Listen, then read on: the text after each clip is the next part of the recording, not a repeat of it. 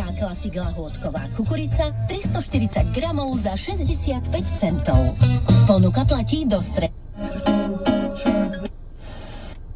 Sladná Slovensku. Počúvaniu. Počítajte tam so zdržaním a radar vás nameria v Žiline v časti Považský Chlmec pod mostom smerom na Kotešovú. Ďalšie informácie zo slovenských ciest nám môžete hlásiť na 0800 800 200. Ďakujeme a šťastnú cestu. Správy Fanrádia. Slovensko na svet.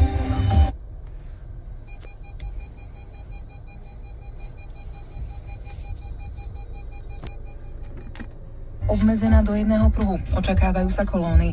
Polícia avizovala, že dopravnú situáciu bude priebežne monitorovať. Prvá z dvoch etáp dopravných obmedzení na ceste medzi Strečnom a Dubnou skalou potrvá do 25.